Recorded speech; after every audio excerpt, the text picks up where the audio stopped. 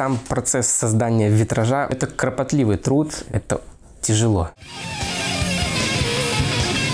Это же стекла, они разные есть, это много цвета всегда. На просвет это совсем другое произведение, как оно лежит просто на столе. Это материал, который не терпит ошибок. Вдохновение для художника не существует, оно как аппетит, он приходит всегда во время еды.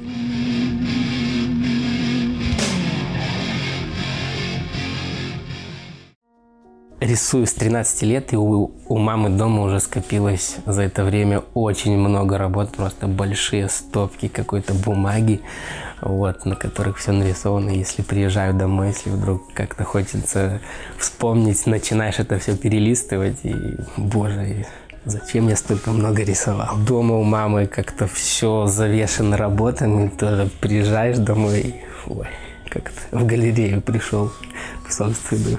Помню, когда меня только мама отдала рисовать, именно я был маленьким, и это было всегда такое прям, чудо. Я видел, как мама рисует, когда как-то что-то узнаешь, что это мама рисовала, и как бы я видел, что мама умеет рисовать, и это было всегда таким каким-то питало меня, и что надо тоже рисовать. Поскольку все говорили, что мама талантливая, все родственники, что мама умеет рисовать, и ты рисуй. Пробовала поступать у Глебовку, але у мяне гэта не атрымалася. І мою мару здзейсніў мой сын. Паступіў ён вельмі рана. У 5 класе ён паступіў у каледж імя Хрэмчыка. Маляваў ён на А4. Быў зусім малы, маляваў на А4.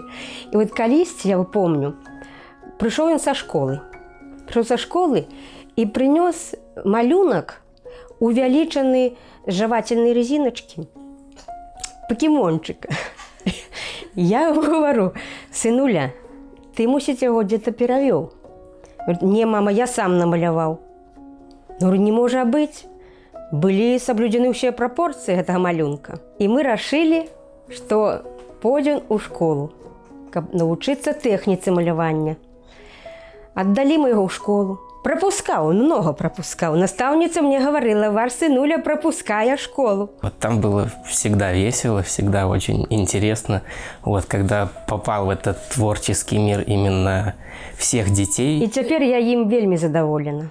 И он сказал: мама, я выбрал свою профессию. И я потом пошел работать, работал тоже по профессии. А потом уже была академия, как-то более-менее, наверное, вырос, чтобы как-то поступать в академию. Как-то подрос уже к этому уровню, осознал. И получилось, что пошел на монументальное отделение. Там делаешь все руками, это больше материала, именно разные техники, разные, там все разное, и витраж, и мозаики там. Саша собирался уходить несколько раз, все собираются, на определенном моменте в академии все собираются уходить. Саша хороший художник, но Саша плохой студент, потому что Саша не посещал академию, но он всегда выставлялся хорошо. Свою дипломную работу он выканаў для академии. И теперь кто заходит в академию, открывае двери, и там его работа. И она будет уже назаўсёды там. Входные двери в академию зроблены у техницы Тиффани, витражи. Наивысшее проявление это была его дипломная работа, потому что на протяжении 4 лет это достаточно спокойный процесс обучения. Это не то, что там феноменальное шествие в образовании. Это было спокойное, такая как тихая речушка, движется. Человек к диплому созрел организовывать свой творческий процесс. Потому что дипломники часто теряются о выборе некого объекта либо материала, чем ему заниматься. Но так получилось, что Саша к тому времени уже блестяще владел материалом, я имею в виду стеклом. И тут неожиданно у нас появилась такая идея сделать врата в академию, потому что было даже странно, вот входишь в основную часть. Ну, это, естественно, образ академии. И это было мне не так просто, потому что нужно было сделать это блестяще. Создать образ, связать со временем, найти стилевые вот эти задачи, да, это очень важный момент был. С одной стороны, там небольшие объемы этого пространства, но задача создания образа академии – это такой достаточно рисковый и, мне кажется, непростой творческий шаг. Ну, сам процесс создания витража, там очень много действий, которые нужно уметь делать. И уметь их делать лучше как бы сразу хорошо, причем все изначально, потому что они всегда завязаны один к одному. Вот. Но это кропотливый труд, это режется стекло, оно же твердый материал, и поэтому это не всегда очень просто вырезать любые там углы, любой вот как-то, да, завиток. Вот. И, это тяжело. Кто бы из друзей, знакомых не приходил, вот, и кто бы вот пробовали делать, и многие думали, что это очень легко, это раз-два вырезало, а оказывается, это сложно, и как бы вот они долго не верили, что это будет тяжело. Сам процесс занимает, довольно много времени, потому что это все-таки все это вырезать, все это нужно сложить, все это спаять, там, обточить, это долго-долго. И иногда там метр можно собирать там, наверное, месяц, если это очень такой мелкий витраж и очень сложно. А если в нем есть роспись, то это еще дольше. Ручки у него уже наверняка золотые. Почему? Потому что пришел он к нам 7 лет назад, еще студентом Белорусской академии. Естественно, представление о витражах, о как их собирать, что-то делать он имел. Но все тонкости за эти 7 лет он подчерпнул от нашей совместной работы. Мы участвовали в очень многих проектах, как государственных, так и частных. И заключается наше дело не только собрать витраж на столе, но и смонтировать его на объекте. Это тоже ложилось на наши плечи. Поэтому с Сашей было работать весьма комфортно, ничего лишнего объяснять не надо. Все, что по какому-то наитию он понимал, как это, что лучше, что подать. Надежных людей найти в профессии сложно, потому что у всех своя планка качества выполнения данной работы. Мы выполняли витражи в то время, очень большой заказ, и искали хороших, талантливых, молодых ребят. Вот. Нашли. Мы с Ладой Юрьевной гордимся тем, что мы воспитали не только академию, но и мы приложили к этому руку, воспитали таких замечательных людей, как Саша, как Юлия Антонюк, как Оля Мокот. И это наш такой вклад в будущее. Мы отдаем то, что мы знаем, будущему поколению, будущим художникам, будущим мастерам, витражистам. Инвестиция, скажем так, такая. С витражом меня познакомила Лада Стефанович. Вот. И она как-то дала вот эту всю такую базу, именно хорошую, именно показала, как надо делать и как правильно делать. С Ладой мы уже больше дружим, а не сотрудничаем. Как-то тоже становимся такой одной большой семьей, которая всегда друг друга выручает, помогает. Это была вот взаимная симпатия, которая, как я полагаю, была вот просто любовью с первого взгляда, в хорошем смысле слова. Потому что Саша, он настолько комфортный человек и в работе, и в общении. И вы понимаете, какая-то в нем есть такая чуткость, что редко встретишь сегодня и вообще у художников или у людей творческих. С сотрудничаю вот с Олей и Юлей. Вот, мы с ними очень плотненько работаем уже много лет. С Юлей я знаком еще с колледжа, тоже как бы вместе туда пришли детьми. И как бы я видел, как Юля растет, взрослеет, как бы она видела, как я. Вот, с Олей с академии. Вот, и как-то в академии уже всех нас вместе витраж собрал. Мы друг друга понимаем там с полуслова, потому что уже лет 6 вместе работаем. Вот, и это уже такая просто команда, вот, без слов, мы просто, наверное, мысли уже свои там, читаем друг друга. В монументальном деле оно легче так делать, потому что это все-таки большой труд, и надо находить друзей. Вместе переехали втроем в одну мастерскую. Тогда случился у нас, наверное, такой коннект, когда стали друг к другу притираться, понимали, кто что может, умеет. В общем, было у нас какое-то такое общее развитие. В общем, к нам пытались кто-то прийти, новые люди, но никто у нас не ужился. В общем, да, остались мы втроем. Не так давно мы разъехались, стали отдельными художниками, но все равно наша компания осталась, команда. Даже когда мы были втроем, всегда вот именно благоустройством мастерских занимался Саша. Все эти вот детальки, там, зеркала, лампочки, подсветочки, там, картинки развесить. Всегда он даже вот приходил такой: девочки, давайте я вашу работу повешу. Он сам придет, повесит. В общем, такое всегда было. Приходишь, каждый раз Саша наводил порядок, в отличие от нас. Каждый раз переставлял баночки. Ты каждый раз приходишь такой: Саша, где это там? Саша, где то?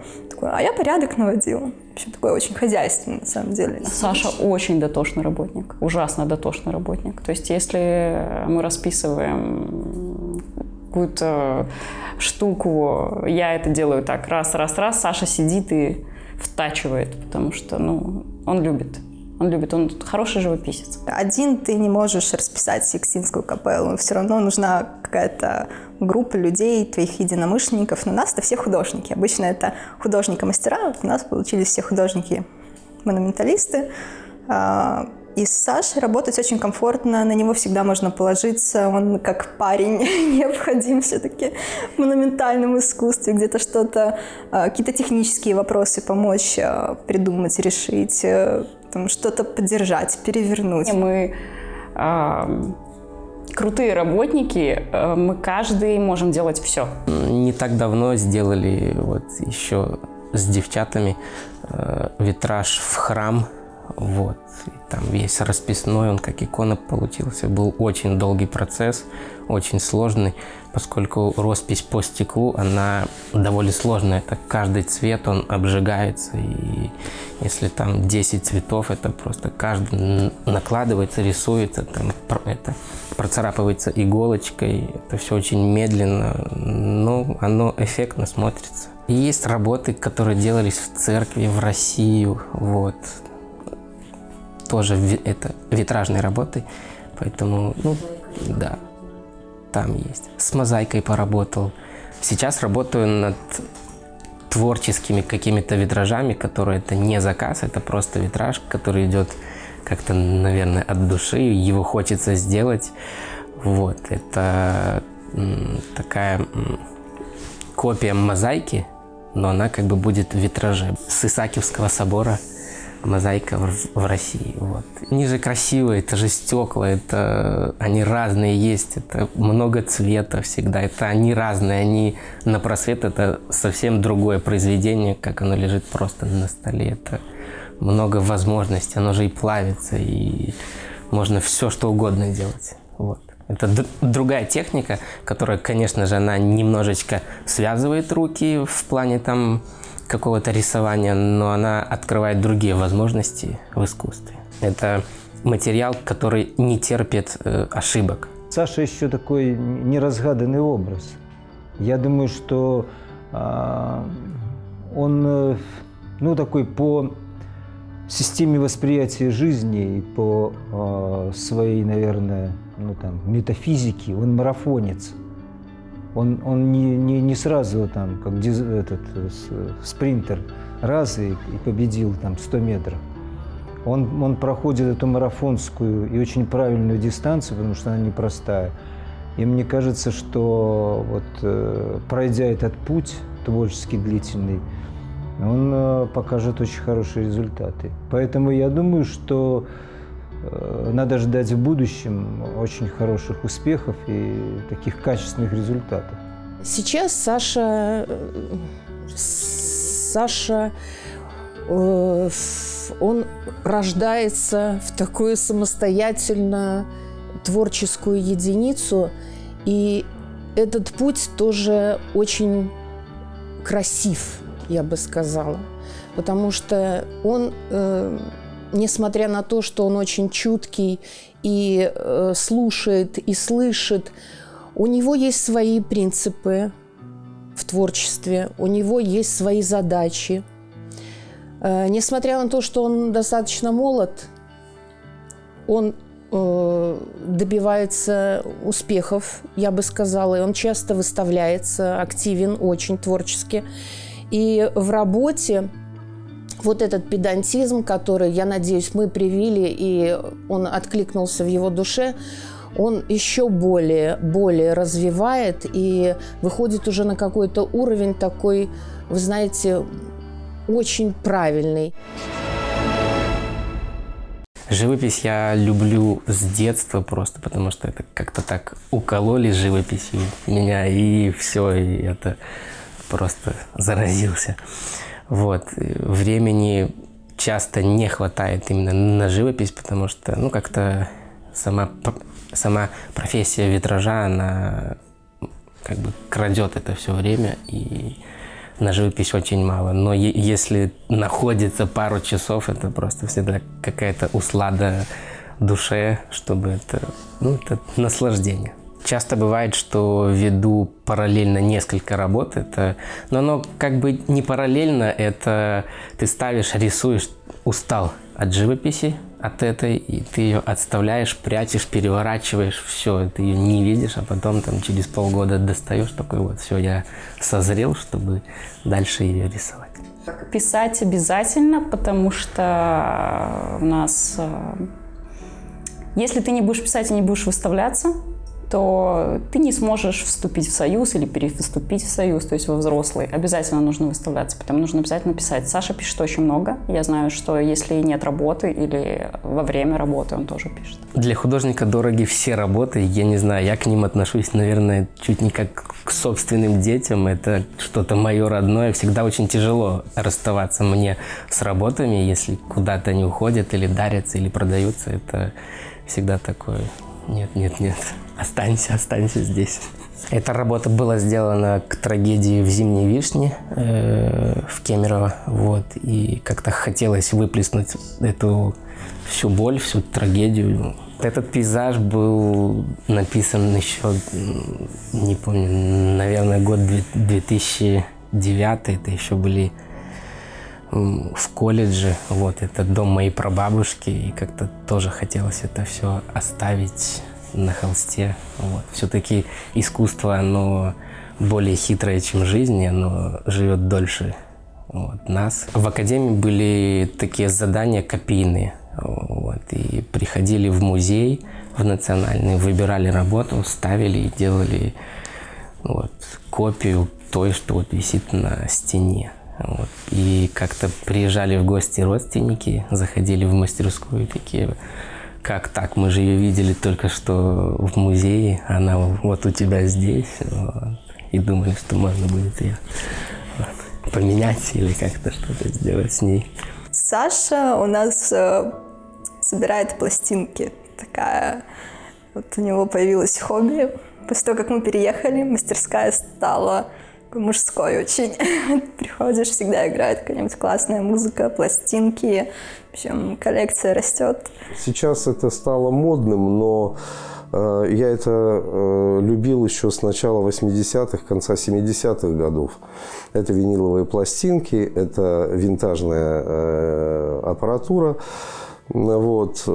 Просто не в том дело, что пластинка звучит лучше, но присутствует какая-то ритуал, моторика. Вот взять, достать из конверта пластиночку, поставить на проигрыватель, протереть специальной антистатической щеточкой, поставить иголочку на пластиночку, сесть в креслице и послушать музыку. Мы в основном друг другу на какие-то праздники, дни рождения дарим пластинки. Я ему подарил акустические системы фирмы Tesla. Вот. Сделал ему такой подарок, потому что акустики у него не было, но было большое желание. Очень люблю музыку и стараюсь как-то тоже это свою любовь к музыке, к музыкантам тоже изображать именно на холстах. Вот, и это Лемми, вот, наверное, как бы дедушка всего рока. Вот, и как-то хотелось, чтобы он тоже остался у меня, вот, как мой Лемми. Я стараюсь как-то участвовать в какой-то вот выставочной деятельности, вот, поскольку работы собираются, и их нужно как-то показывать кому-то, чтобы они где-то участвовали в каком-то конкурсе, вот, чтобы они не собирались в мастерской, потому что это очень плохо для художника, если работы складываются и они как бы не живут, поскольку работа должна жить своей жизнью, вот. Картина должна как-то вот влиться в мир и там остаться. И поэтому участвую в разных конкурсах, в осеннем салоне участвовал, в разных именно молодежных выставках. Отдавал работу «Ребро Адама». Вот, это была копия Ван Эйка, которую я зарисовал татуировками. Вот. Группы музыкальной одной. Вот, они у них тоже есть у них на телах, и вот решил, что нужно вот сделать такого Адама, который будет весь такой вот, прям вот он не такой, как был там, он такой мой Адам. Сколько я знаю, в последнее время ему понравился театр, и он любит кино. То есть у него такой хороший уровень кинематографического образования. То есть с ним есть всегда о чем поговорить. Саша хороший философ. Он глубокий. Глубокий как человек, поэтому с ним, в принципе, на любые темы легко разговаривать. У него очень хорошо развито чувство эмпатии. Поэтому, вот как друг, такой приятный человек. Я могу сказать, что он очень добрый, он всегда откликнется. То есть, если попросишь о помощи или даже не просишь о помощи, он всегда предложит. Не так давно собрались вот нашей молодежной секции Белорусского союза художников и как-то решили это все поднять. У молодежи всегда много разных вопросов возникают и по мастерским, и как-то какой-то вот выставочной деятельностью. Не все как бы в курсе всех событий именно, что происходит в Союзе художников. Поэтому как-то вот нужен человек, который будет им это все как-то доносить. Он состоявшийся художник, как и профессионально, так и по своему образованию, член Союза художников молодежного и председатель секции молодежной. Этот вопрос, конечно, у нас не раз поднимался, обсуждался, и с моей стороны: Саша, зачем тебе это надо, это же столько времени отнимает и сил. И когда есть какая-то работа, то отвлекаться на какие-то другие дела, это достаточно сложно. В общем, Саша так думал, и в итоге, наверное, из-за того, что молодежь, вступая в союз, она не получает какой-то информации именно в молодежном союзе, она как-то исчезает из поля зрения. У многих наших коллег, когда встречаешь бывших одногруппников, у них, наверное, не хватает какой-то информации, наверное, захотелось немножко им, не то чтобы помочь, но быть как бы в курсе всех дел, которые происходят в союзе, в общем, что-то рассказывать, какие-то выставки. Художники, они сами по себе одиночки, но что вот это вот отделение монументальное в академии, оно научило именно дружить со всеми, потому что все будет связано с архитектором, с дизайнером. Нужно просто всех понимать и со всеми быть в хороших отношениях и всех любить. Характер у Саши спокойный. Лагодный Санька мой. Любит свою матулю. Матуля его тоже любит. Вдохновение для художника, оно, наверное, не существует. Оно как аппетит, он приходит всегда во время еды. Если просто сидеть, ничего не делать, то оно же и не получится. Ничего из этого и не вырастет. Нужно начать делать. У меня идеи появляются как-то не сами. Что-то слушаешь, что-то видишь, куда-то сходил, что-то увидел, и ты пришел в мастерскую, надо сделать. Садишься, начинаешь это все мучениями, делаешь какими-то психами. В жизни я-то спокойный человек, но как-то именно, наверное, внутренний мир все-таки требует какого-то хаоса, чтобы как-то создавать что-то.